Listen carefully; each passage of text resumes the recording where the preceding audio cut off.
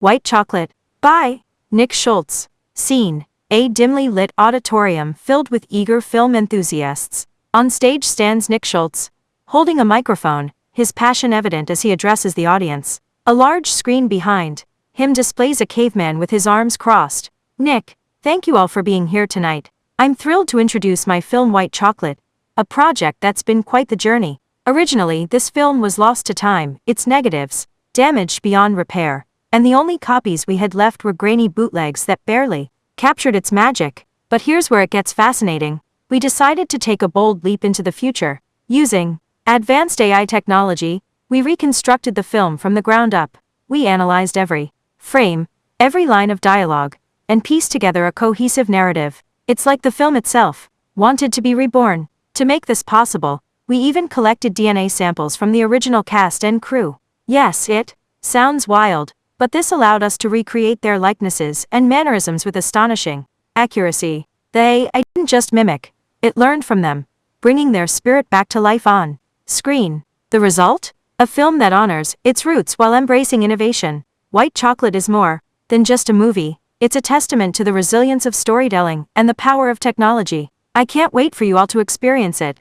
Let's take a look. The screen flickers to life, and the audience leans in, captivated by the promise of what's to come. Setting: a bird's eye view shows the hustle and bustle down below. A ribbon of burlap floats across the screen and caresses the title, rendered in off-kilter, off-white block letters. Symphonic strings rise, modulate, and rest. Talia leaned against the wall of the outdoor venue, the distant strains of music from the Wien concert washing over her. She took a long drag from her cigarette, the ember glowing brightly in the darkness. The air was filled with a mix of anticipation and excitement as fans chatted around her, sharing stories of their favorite songs and past concerts. As she exhaled a plume of smoke, Talia glanced around, her eyes catching glimpses of the eclectic crowd gathered for the event. There were groups of friends laughing together, couples swaying to the music, and lone individuals lost in their own world of melodies. A nearby couple struck up a conversation with her,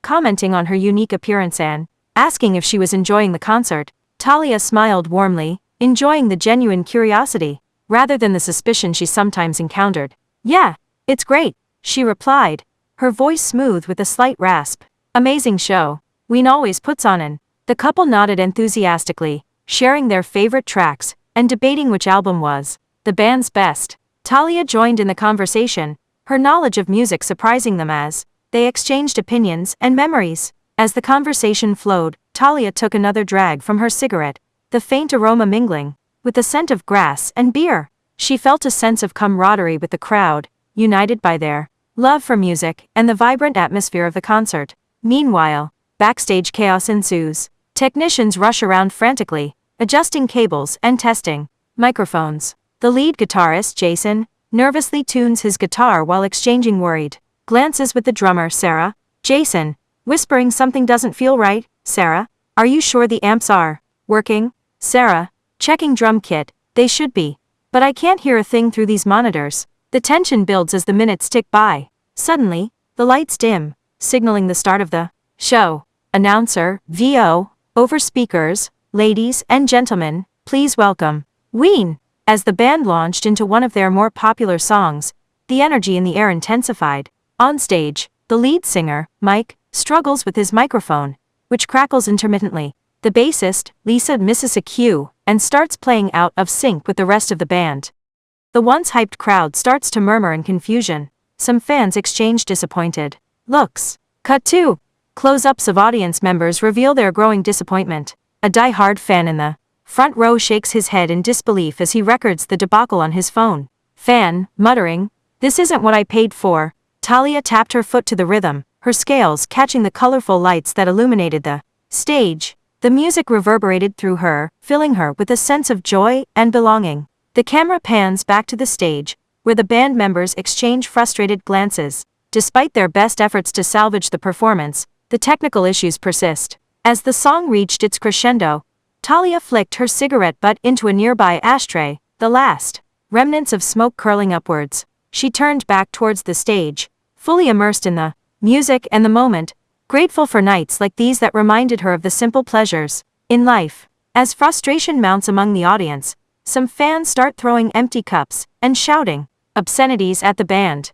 Audience member, yelling, "Get off the stage, you suck." Cut 2. Suddenly, a group of enraged fans rushes the stage. They wield makeshift torches and wave pitchforks in the air, their faces contorted with anger. Mike, alarmed, "Oh God, we need to get out of here." The band members scramble to retreat backstage as security personnel rush in to contain the rioting crowd. Chaos ensues as chairs are overturned, and the venue erupts into a scene of pandemonium. Cut 2. Outside the venue, police sirens wail as officers arrive to restore order. The band members watch from a safe distance, visibly shaken and disheartened. Jason, breathing heavily, "I can't believe this happened."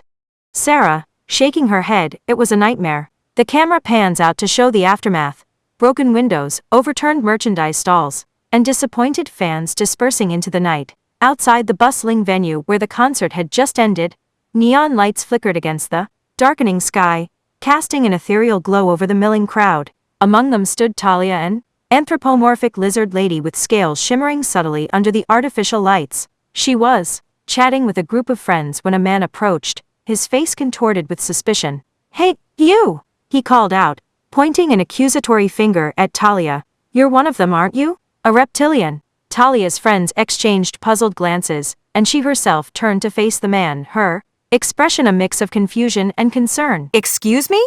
she replied, her voice tinged with a slight hiss characteristic of her species. "Don't play dumb with me," the man insisted, stepping closer. "I've read the reports. Reptilians can disguise themselves as anything. You think you can fool us, but I know the truth." Talia's friends moved protectively closer to her, sensing her discomfort. "Sir, I'm just here to enjoy the concert like everyone else," she explained calmly, trying to defuse the escalating tension. The man shook his head vehemently. "Sneaky, infiltrating our society. I'm onto you. I've seen your kind before, Slippery." Talia's brow furrowed. She had encountered prejudice before due to her unique appearance, but being accused of being an alien was a first. "I assure you, I'm as human as you are," she stated, firmly, trying to keep her voice steady despite the rising anxiety. A small crowd began to form around them, curious and concerned murmurs filling the air. Talia's friends exchanged worried glances, unsure of how to handle the situation without escalating it further. Before the man could continue his tirade, a security guard approached, sensing the tension. "There a problem here?" he asked, his voice authoritative yet calm. The man turned towards the guard, his expression still filled with suspicion. "Here," he gestured towards Talia. "She's a reptilian. I'm sure of it. This woman." The security guard regarded Talia with a neutral expression, then turned back to the man. "Sir, I'm going to have to ask you to step aside and let these folks be," he said firmly, motioning for his fellow guards to intervene discreetly. Reluctantly, the man backed away, still casting suspicious glances over his shoulder as he disappeared into the dispersing crowd. The security guard turned to Talia and her friends, offering an apologetic smile. "I'm sorry you had to deal with that. Are you all right?" Talia nodded, relief evident on her face. "Thank you," she replied gratefully. "I think we'll be fine." Now, as the crowd gradually dispersed, Talia and her friends exchanged relieved sighs. It wasn't the first time she had faced discrimination, but being accused of being an alien was certainly a unique experience. She glanced up at the night sky, its dark expanse dotted with stars, and hoped that one day, such misunderstandings would be a thing of the past. As the crowd around them dissipated, leaving a calmer atmosphere in its wake, the man who had accused Talia of being a reptilian approached cautiously, his earlier hostility replaced by an air of awkward contrition. He cleared his throat nervously before speaking. Excuse me," he began tentatively. "Conclusions like that, Roman, I owe you an apology. I shouldn't have jumped too." Talia regarded him quietly, her expression guarded but curious. She appreciated the gesture, recognizing that admitting fault wasn't always easy. "Apology accepted," she replied evenly, her voice softening slightly. The man nodded gratefully, then hesitated before continuing. "Listen, I know this is a bit out of the blue, but I'm actually a filmmaker. I'm directing this indie sci-fi movie, and I think you have a really unique look. Would you be interested in being in it?" Talia blinked in surprise, not expecting such a sudden turn of events. Her friends exchanged surprised glances, intrigued by the unexpected offer. "Roman, I don't know." Talia responded hesitantly, her mind racing with a mix of uncertainty and curiosity. Being in a movie was something she had never considered before.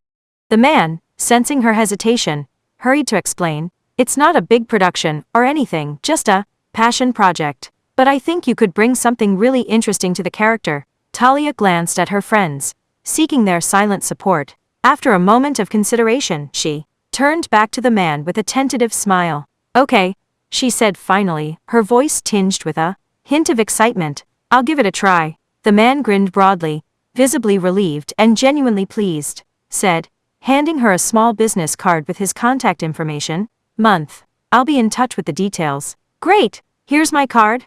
We start filming next." "Thank you," Talia replied sincerely, accepting the card with a nod. As the man walked away, she turned to her friends, who were buzzing with excitement and encouragement. "I can't believe this just happened," one of them exclaimed, unable to hide their enthusiasm. Talia chuckled softly, feeling a mix of nerves and anticipation bubbling inside her. "Yeah, me neither," she admitted, her scales catching the last glimmers of the neon lights as they headed towards home, their conversation now filled with plans and dreams of what lay ahead. The director, whose name Talia had learned was Marcus, had turned out to be surprisingly friendly and sincere. After a few rehearsals for the indie sci-fi movie he was filming, Marcus decided to treat the cast and crew to a relaxed evening to unwind and bond. He invited everyone to his spacious loft apartment, which overlooked the city skyline, promising a special surprise. As Talia arrived with the others, she was greeted by the warm glow of fairy lights strung across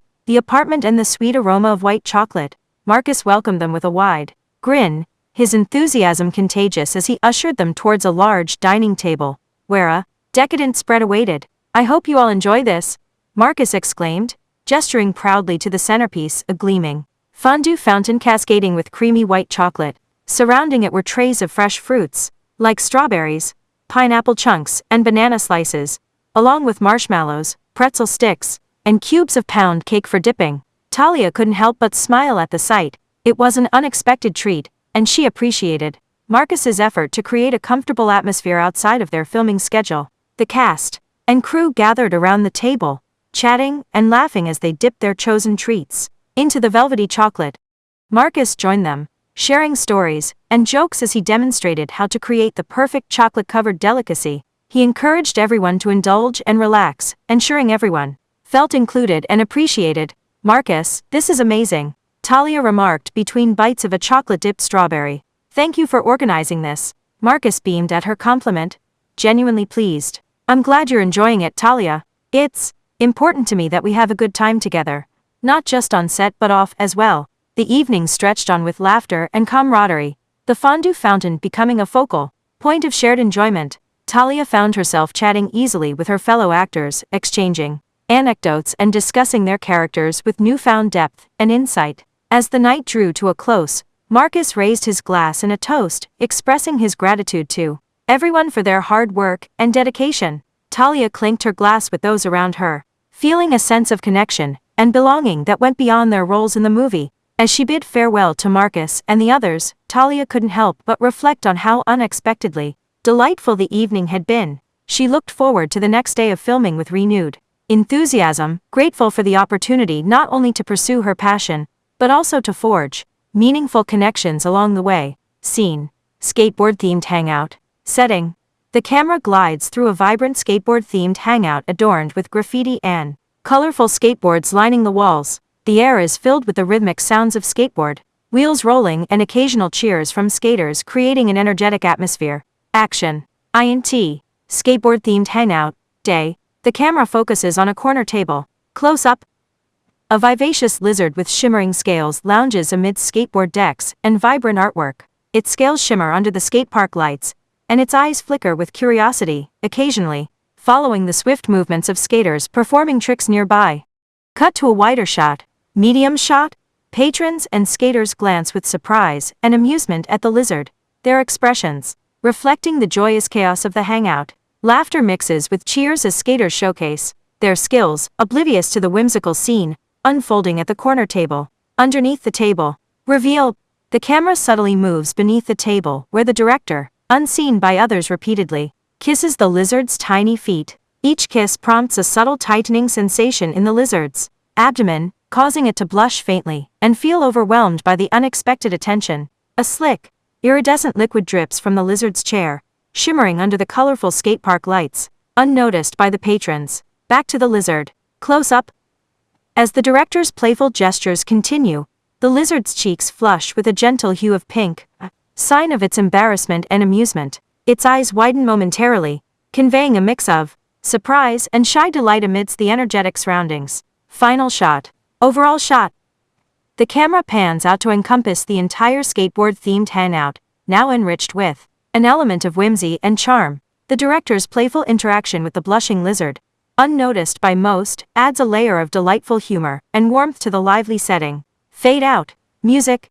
A vibrant skate punk soundtrack fills the background, complementing the energetic and playful ambience of the skateboard-themed hangout scene. End of scene. Scene. The skateboard contest. Setting. The camera cuts to an outdoor skatepark adjacent to the skateboard-themed hangout. The skatepark is bustling with skaters of all ages, showcasing their skills on ramps, rails, and half-pipes. The sun casts long shadows as the day progresses, adding a golden hue to the scene.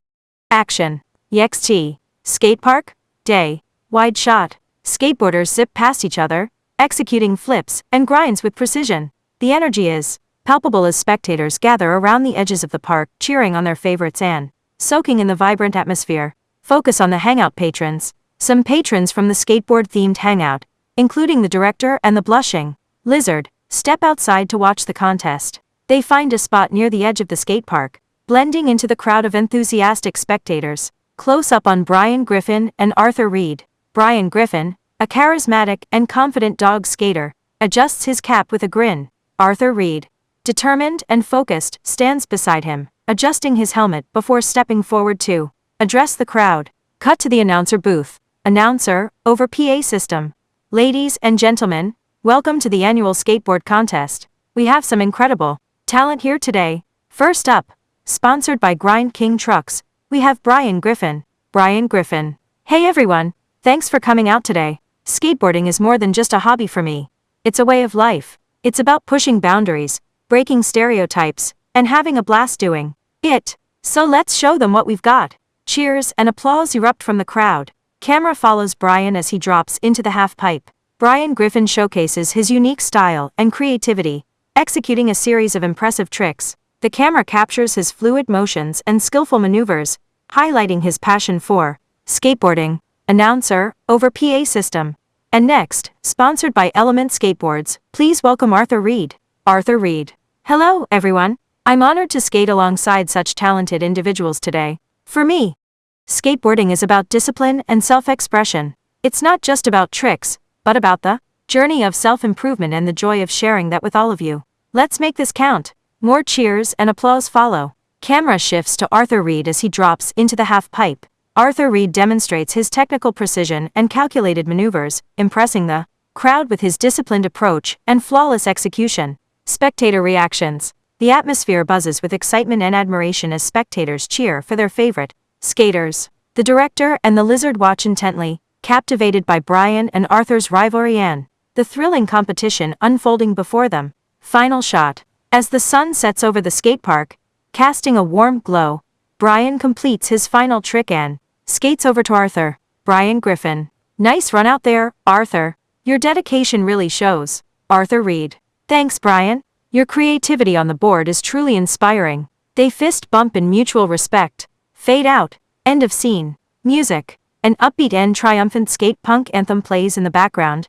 capturing the exhilaration and camaraderie of the skateboarding competition. Cut to the next scene. Scene. Post-contest interview.